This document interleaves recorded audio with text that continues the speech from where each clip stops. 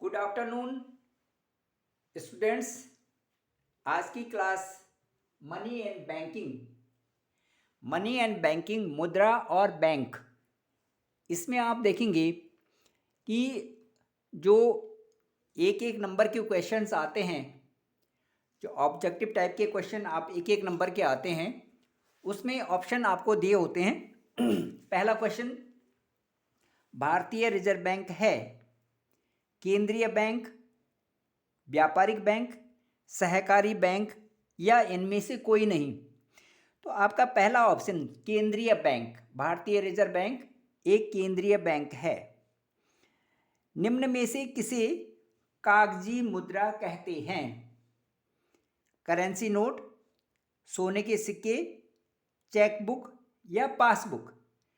तो जो currency note का ऑप्शन है ये कागजी मुद्रा है।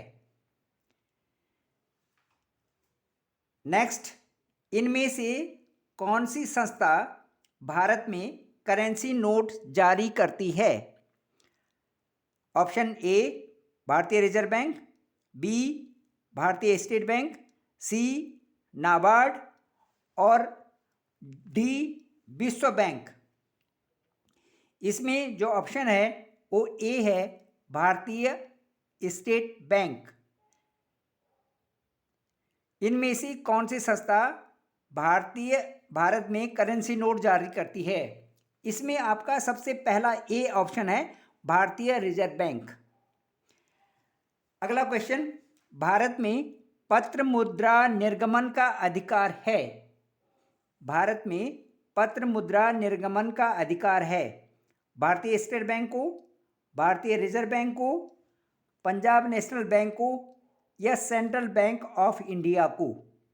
तो इसका जो आंसर है वो है भारतीय रिजर्व बैंक को। अगला क्वेश्चन, भारतीय रिजर्व बैंक द्वारा अपनाई गई नोट निर्गमन की कोष व्यवस्था है? न्यूनतम, अनुपातिक, प्रगतिशील या इनमें से कोई नहीं। तो इसका जो आंसर है वो है न्यूनतम। भारतीय रिजर्व बैंक द्वारा अपनाई गई नोट निर्गमन की कोष व्यवस्था न्यूनतम है। अगला क्वेश्चन, केंद्रीय बैंक के संबंध में निम्नलिखित में से कौन सा कथन सही है? देखिए, नंबर 1, केंद्रीय बैंक देश का सर्वोच्च बैंक है। केंद्रीय बैंक पर सरकार का स्वामित्व होता है। केंद्रीय बैंक देश में बैंकिंग प्रणाली का संचालन करता है। तो इनमें से जो इसका आंसर है वो है डी, कि इनमें से सभी, ये सभी केंद्रीय बैंक के संबंध में कौन सा कथन सही है? ये सर्वोच्च बैंक भी है, केंद्रीय बैंक पर सरकार का स्वामित्व भी तो है, और केंद्रीय बैंक देश में बैंकिंग प्रणाली का संचालन करता है। ये सभी, ये ऑप्शन होगा डी, ये सभी। अगला क्वेश्चन, केंद्रीय बैंक साख नियंत्रण करती है।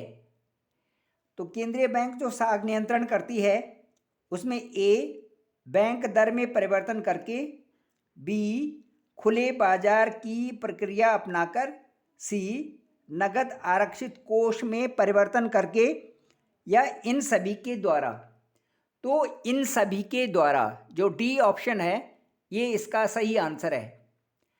अगला क्वेश्चन है, मौद्रिक नीति के प्रमुख उद्देश्य हैं। मौद्रिक नीति के प्रमुख उद्देश्य हैं, ए उत्पादन एवं रोजगार में वृद्धि, बी विदेशी विनिमय दर की स्थिरता, सी मूल्य स्थायित्व, डी ए सभी। तो ये देखिए कि ये मौद्रिक नीति में सारे, मौद्रिक नीति तभी है पॉलिसी, जो मॉनेटरी पॉलिसी है उसके सारे उद्देश्य हैं, उत्पादन एवं रोजगार में वृद्धि, ये जो प्रोडक्शन एंड एम्प्लॉयमेंट है, और जो फॉरेन एक्सचेंज है, ये विदेशी विनिमय दर की स्थिरता उसमें बनाए रखना, स्टेगनेंट, और मूल्य स्थायित्व करना है, प्राइस की जो स्टेबिलिटी है इसको बनाए रखना। तो इसका आंसर है ये सभी। इस तरह से इस जो चैप्टर में है मनी और बैंकिंग में, इसी तरह से एक एक नंबर के क्वेश्चन जो आपको आएंगे ऑप्शनल होंगे, और उनमें आपको ये सभी जो है एक इम्पॉर्टेंट सीरीज़ में है, इन सब का ध्यान रखना है। इसके साथ साथ जो मनी है, मुद्रा है, उसके फंक्शंस क्या हैं, उसके प्रमुख कार्य क्या हैं, मुद्रा के प्रमुख कार्य क्या क्या हैं, और मुद्रा किस प्रकार से वस्तु विनिमय प्रणाली के कमियों को दूर करती है। ये आप लिखिए, मुद्रा के प्रमुख कार्य क्या क्या हैं और मुद्रा किस प्रकार वस्तु विनिमय प्रणाली की कमियों को दूर करती है। ये आपका होमवर्क है। आप इसी जो मुद्रा और बैंकिंग है इस चैप्टर को पढ़ेंगे और इसमें से इस प्रश्न का आंसर बना करके आप अगली क्लास में शाम तक या सुबह मुझे आप देंगे, ताकि मैं उसको देख करके बताऊं कि आपका जो लिखने का जो आप किस तरह से इस क्वेश्चन को अटेम्प्ट करने जा रहे हैं, और उसमें फंक्शंस लिखेंगे आपकी जो मनी के क्या क्या फंक्शंस हैं and how it is beneficially, जो बार्टर सिस्टम से किस तरह से ये अच्छा है और बार्टर सिस्टम की जो कमियां थी उनको किस तरह से दूर करती है, ये आप उसमें लिखेंगे और ये मुझे आप अगली क्लास में बताएंगे कि आपको ये क्वेश्चन किस तरह से अटेम्प्ट किया है और कैसे आपने उसको अटेम्प्ट किया है, ताकि मैं यह देख करके आपको नेक्स्ट क्लास जो है मनी और बैंकिंग का जो चैप्टर पे है उसमें और भी क्वेश्चन इसी तरह से अटेम्प्ट करने के लिए देता रहूँगा। आप ध्यान से एक एक करके उनको पढ़िए और स्टेप वाइज आप पढ़ेंगे तो आपके समझ में अच्छा सा समझ में आएगा। और ये सारे चैप्टर्स जो इकोनॉमिक्स के हैं दे आर वेरी इंटरेस्टिंग, तो हम उसको इंटरेस्ट क्रिएट करके अपने पढ़ते रहें ताकि हमें उससे अच्छा लगे, और ध्यान से पढ़ेंगे तो वो सब समझ में आएगा। Thank you very much.